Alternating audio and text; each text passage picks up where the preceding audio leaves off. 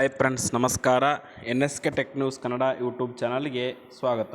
ಇವತ್ತಿನ ಈ ವಿಡಿಯೋದಲ್ಲಿ ನಾವು ತಿಳಿಸಿಕೊಡುವ ಮಾಹಿತಿ ಏನಂದರೆ, SSLC ಪಾಸ್ ಆಗಿರ್ತಕ್ಕಂಥ ಅಂದರೆ 10th ಪಾಸ್ ಆಗಿರ್ತಕ್ಕಂಥ ವಿದ್ಯಾರ್ಥಿಗಳ ಒಂದು ಪ್ರೈಸ್ ಮನಿ ಕುರಿತು ನಾವು ತಿಳಿಸ್ಕೊಡ್ತಾ ಇದ್ದೀವಿ.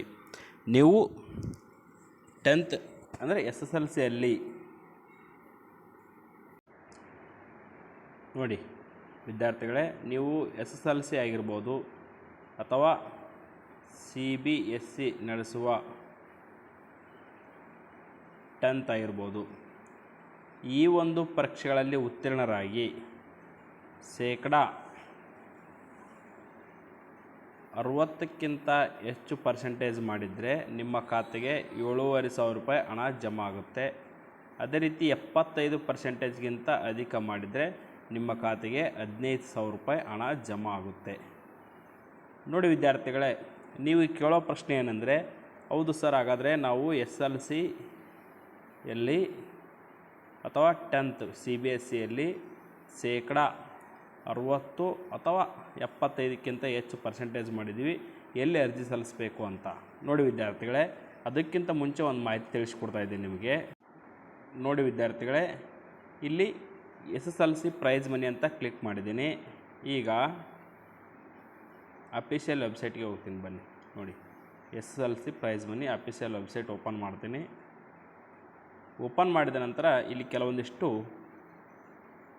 ನೇಮ್ಗಳಿವೆ. ಏನು ನೋಡಿ, 2021-22ನೇ ಶೈಕ್ಷಣಿಕ ಸಾಲಿನಲ್ಲಿ SSLC ಪರೀಕ್ಷೆಯಲ್ಲಿ 60%ಕ್ಕಿಂತ 60ಕ್ಕಿಂತ ಹೆಚ್ಚು 75ಕ್ಕಿಂತ ಹೆಚ್ಚು ಅಂಕ ಪಡೆದ ವಿದ್ಯಾರ್ಥಿಗಳಿಗೆ ಈ ಒಂದು ಪ್ರೈಸ್ ಮನಿ ಹಣ ಬಿಡುಗಡೆ ಆಗುತ್ತೆ. ಇಲ್ಲಿ ನೋಡಿ, ಈ ಒಂದು ಪ್ರೈಸ್ ಮನಿ ಅಮೌಂಟಿಂದ ಫಸ್ಟ್ ಓದ್ತೀನಿ ನೋಡಿ. 2021-22ನೇ ಸಾಲಿನಿಂದ ಪರಿಶಿಷ್ಟ ಜಾತಿ ವಿದ್ಯಾರ್ಥಿಗಳ ಬ್ಯಾಂಕ್ ಖಾತೆಗೆ ನೇರವಾಗಿ ಹಣವನ್ನು ಜಮಾ ಮಾಡಲಾಗುವುದು. ಆದ್ದರಿಂದ ವಿದ್ಯಾರ್ಥಿಗಳು ತಮ್ಮ ಬ್ಯಾಂಕ್ ಖಾತೆಗೆ ಆಧಾರ್ ಸಂಖ್ಯೆಯನ್ನು ತಪ್ಪದೇ ಜೋಡಣೆ ಮಾಡುವುದು. ಹೆಚ್ಚಿನ ವಿವರಣೆಗಳಿಗೆ ಈ ಒಂದು ಅಫಿಷಿಯಲ್ ವೆಬ್ಸೈಟ್ ಕೊಟ್ಟಿದ್ದಾರೆ. ನೋಡಿ, ಈ ಮೊದಲು ಈ ಒಂದು ಪ್ರೈಸ್ ಮನಿಗೆ ಆನ್ಲೈನ್ ಮೂಲಕ ಅರ್ಜಿ ಹಾಕುವುದಿತ್ತು. ಆದರೆ ಇತ್ತೀಚೆಗೆ ಏನು ಮಾಡಿದ್ದಾರೆ ಅಂದರೆ, ನೀವು ಪ್ರೈಸ್ ಮನಿಗೆ ಆನ್ಲೈನ್ ಅರ್ಜಿ ಸಲ್ಲಿಸುವ ಬದಲು ಡೈರೆಕ್ಟಾಗಿ ನಿಮ್ಮ ಒಂದು ಬ್ಯಾಂಕ್ ಖಾತೆಗೆ ಹಣ ಜಮಾ ಆಗುತ್ತೆ. ಬ್ಯಾಂಕ್ ಖಾತೆಗೆ ಹಣ ಜಮಾ ಆಗುತ್ತೆ. ಯಾವ ರೀತಿ ನೋಡಿ, ಮೊದಲು ನೀವು ಒಂದು ಶಾಲೆಯಲ್ಲಿ ಕಲಿತಿದ್ರ, ಒಂದು ಗೋರ್ಮೆಂಟ್ ಹೈಸ್ಕೂಲ್ ಅಥವಾ ಯಾವುದೇ ಸ್ಕೂಲಲ್ಲಿ ಕಲ್ತಿರ್ಬೋದು. ನೀವು ಸ್ಕೂಲಲ್ಲಿ ಕಲ್ತಿರ್ತಕ್ಕಂಥ ವಿದ್ಯಾರ್ಥಿಗಳ ಮಾಹಿತಿಯನ್ನು ಶಾಲೆಯವರು 60%ಕ್ಕಿಂತ ಹೆಚ್ಚು 75ಕ್ಕಿಂತ ಹೆಚ್ಚು ಅಂಕ ಪಡೆದ ವಿದ್ಯಾರ್ಥಿಗಳ ಮಾಹಿತಿಯನ್ನು SWD ಅಂದರೆ ಸೋಷಿಯಲ್ ವೆಲ್ಫೇರ್ ಡಿಪಾರ್ಟ್ಮೆಂಟ್ ಮತ್ತು TWD ಟ್ರಿಬಲ್ ವೆಲ್ಫೇರ್ ಡಿಪಾರ್ಟ್ಮೆಂಟ್, ಪರಿಶಿಷ್ಟ ಸಮಾಜ ಕಲ್ಯಾಣ ಇಲಾಖೆ ಮತ್ತು ಪರಿಶಿಷ್ಟ ಪಂಗಡ ಕಲ್ಯಾಣ ಇಲಾಖೆಯ ಒಂದು ಲಾಗಿನ್ ಕೊಟ್ಟಿರ್ತಾರೆ. ಆ ಲಾಗಿನ್ ಮೂಲಕ ಅವರು ನಿಮ್ಮ ಒಂದು ರಿಸಲ್ಟನ್ನು ಎಂಟ್ರಿ ಮಾಡಿರ್ತಾರೆ. ಈ ಒಂದು ರಿಸಲ್ಟನ್ನು ಎಂಟ್ರಿ ಮಾಡಿದ ನಂತರ ಅದು ಸಮಾಜ ಕಲ್ಯಾಣ ಇಲಾಖೆ, ಈಗ ಶಾಲೆ ಸ್ಕೂಲಿಂದ ನಿಮ್ಮ ರಿಸಲ್ಟ್ ಎಲ್ಲಿಗೆ ಹೋಯ್ತು, ಡಿಪಾರ್ಟ್ಮೆಂಟಿಗೆ ಹೋಯ್ತು, ಇಲಾಖೆಗೆ ಹೋಯ್ತು. ಈ ಇಲಾಖೆಯವರು ಏನು ಮಾಡ್ತಾರೆ, ನಿಮ್ಮ ಒಂದು ಬ್ಯಾಂಕ್ ಖಾತೆಗೆ ಹಣವನ್ನು ಏನು ಮಾಡ್ತಾರೆ, DBT ಮೂಲಕ ಪುಷ್ ಮಾಡ್ತಾರೆ. DBT ಅಂದರೆ ಏನು, ಡೈರೆಕ್ಟ್ ಬೆನಿಫಿಟ್ ಟ್ರಾನ್ಸ್ಫರ್ ಅಂತ. ಈ DBT ಮೂಲಕ ನಿಮ್ಮ ಖಾತೆಗೆ ಹಣ ಜಮಾ ಆಗಬೇಕಾದ್ರೆ ಕಡ್ಡಾಯವಾಗಿ ನಿಮ್ಮ ಒಂದು ಬ್ಯಾಂಕ್ ಖಾತೆಗೆ ಆಧಾರ್ ಕಾರ್ಡ್ ಲಿಂಕ್ ಇರಬೇಕು. ಆಧಾರ್ ಕಾರ್ಡ್ ನಿಮ್ಮ ಒಂದು ಬ್ಯಾಂಕ್ ಖಾತೆಗೆ ಲಿಂಕ್ ಆಗಿರಬೇಕು.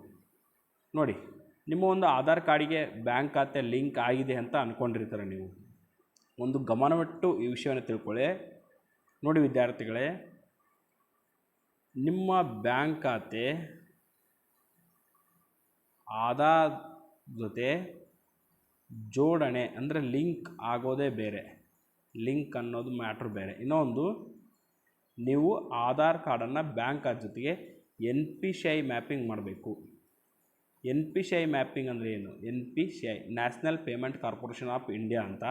ಇದು ನಿಮಗೆ ಯಾವ ರೀತಿ ವರ್ಕ್ ಆಗುತ್ತಂದರೆ, ನೀವು ಬ್ಯಾಂಕ್ಗೆ ಹೋಗಿ ನಮ್ಮ ಒಂದು ಬ್ಯಾಂಕಿಗೆ ಆಧಾರ್ ಕಾರ್ಡ್ NPCI ಮಾಡಿ ಅಂತ ಹೇಳಬೇಕು. NPCI ಮಾಡಿ ಅಂತ ಹೇಳಬೇಕು. ಆಗ ಮಾತ್ರ ನಿಮ್ಮ ಖಾತೆಗೆ ಹಣ ಜಮಾ ಬರುತ್ತೆ. ನೋಡಿ, NPCI ಹೆಂಗೆ ವರ್ಕ್ ಆಗುತ್ತೆ ಅಂದರೆ, ಉದಾಹರಣೆಗೆ ಇಲ್ಲಿ ಒಂದು ನೇಮನ್ನು ತೊಗೊಳ್ತೀನಿ. ಇದು ಕೇವಲ ನಾವು ವಿದ್ಯಾರ್ಥಿಗಳಿಗೆ ವಿಷಯವನ್ನು ಅರ್ಥ ಮಾಡಿಸುವ ದೃಷ್ಟಿಯಿಂದ ಮಾತ್ರ ಈ ಹೆಸರನ್ನು ತೊಗೊಳ್ತಾ ಇದ್ದೀವಿ ಹೊರತು ಯಾವುದೇ ಕಾರಣಕ್ಕೂ ಒಬ್ಬ ವ್ಯಕ್ತಿ ಅಥವಾ ಒಂದು ವ್ಯಕ್ತಿ ಹೆಸರಲ್ಲ. ಇದು ಕೇವಲ ವಿಷಯವನ್ನು ಅರ್ಥ ಮಾಡಿಸಲು. ಈಗ ನೋಡಿ, ಒಬ್ಬ ವಿದ್ಯಾರ್ಥಿನಿ ಹೆಸರು ಈರವ್ವ ಅಂತ ಇರುತ್ತೆ. ಇದು ಆ ವಿದ್ಯಾರ್ಥಿಯ ಆಧಾರ್ ಕಾರ್ಡ್ನಲ್ಲಿರುವ ಹೆಸರು. ಬ್ಯಾಂಕ್ ಖಾತೆಯಲ್ಲಿ ಈರವ್ವ ಈ ರೀತಿ ಹೆಸರಿರುತ್ತೆ. ಇದು ಬ್ಯಾಂಕ್ನಲ್ಲಿರೋ ಹೆಸರು. ನೋಡಿ, ಇಲ್ಲಿ ಇ ಇದೆ, ಇಲ್ಲಿ ಆ ಇದೆ. ಈ ಥರ ಇದ್ದರೆ 100% ನಿಮಗೆ ಸ್ಕಾಲರ್ಶಿಪ್ ಬರಲ್ಲ. ನಿಮ್ಮ ಒಂದು ಆಧಾರ್ ಕಾರ್ಡ್ ಮತ್ತು ಇನ್ನೂ ಒಂದು ಬಾಯ್ಸ್ ಹೆಸರು ಕೂಡ ತೋರಿಸ್ತೀನಿ. ಈಗ ನೋಡಿ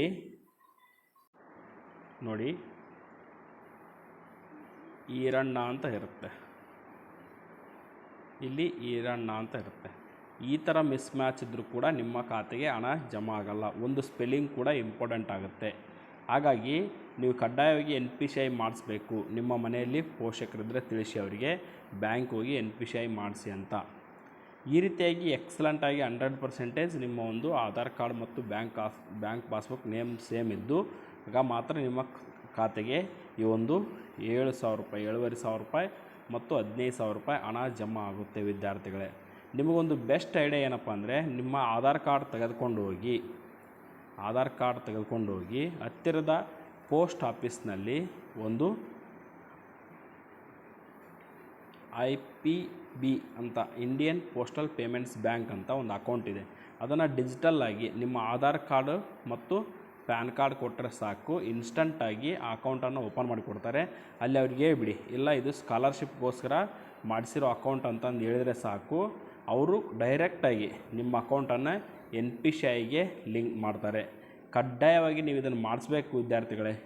ನೀವು ಯಾವುದೇ ಕಾರಣಕ್ಕೂ ಅರ್ಜಿ ಸಲ್ಲಿಸುವ ಅವಶ್ಯಕತೆ ಇಲ್ಲ, ಆದರೆ NPCI ಲಿಂಕ್ ಮಾಡಿಸೋದು ಅತ್ಯಂತ ಅವಶ್ಯಕತೆ ಇರುತ್ತೆ. ಒಂದು ವೇಳೆ ಮಾಡಿಸಿಲ್ಲ ಅಂದರೆ ನಿಮ್ಮ ಖಾತೆಗೆ ಹಣ ಜಮಾ ಆಗೋದಿಲ್ಲ. ಈಗ ಒಂದು ಉದಾಹರಣೆ ತೋರಿಸ್ತೀನಿ ನೋಡಿ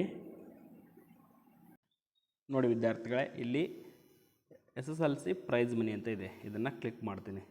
ಕ್ಲಿಕ್ ಮಾಡಿದಾಗ ಇಲ್ಲಿ ನೋಡಿ 2 ಆಪ್ಷನ್ಸ್ ಇದೆ. ಒಂದು SLC registration number wise SC student ಮತ್ತು ST ಸ್ಟೂಡೆಂಟ್ ಅಂತಿದೆ.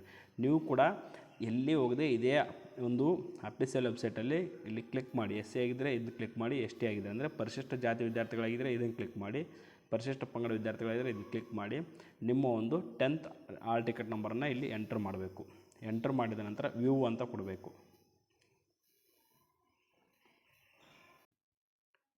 ನೋಡಿ ವಿದ್ಯಾರ್ಥಿಗಳೇ, ಇಲ್ಲೊಂದು ತೋರಿಸ್ತಾ ಇದ್ದೀನಿ ನಾನು. ನೋಡಿ, ವಿದ್ಯಾರ್ಥಿಯ ಒಂದು SLC ಆಲ್ ಟಿಕೆಟ್ ನಂಬರನ್ನು ಎಂಟರ್ ಮಾಡಿದೆ. ತದನಂತರ ಇಲ್ಲಿ ವಿದ್ಯಾರ್ಥಿ ಅಪ್ಲಿಕೆಂಟ್ ಅಂದರೆ SLC ಆಲ್ ಟಿಕೆಟ್ ನಂಬರ್ ಬರುತ್ತೆ. ಇಲ್ಲಿ ವಿದ್ಯಾರ್ಥಿಯ ನೇಮ್ ಬರುತ್ತೆ. ವರ್ಷ ಇದು 2023 ಹೋದ ವರ್ಷದ್ದು. ಇಲ್ಲಿ ಆ ವಿದ್ಯಾರ್ಥಿಯ ಜಿಲ್ಲೆ ಮತ್ತು ತಾಲೂಕು ಬರುತ್ತೆ.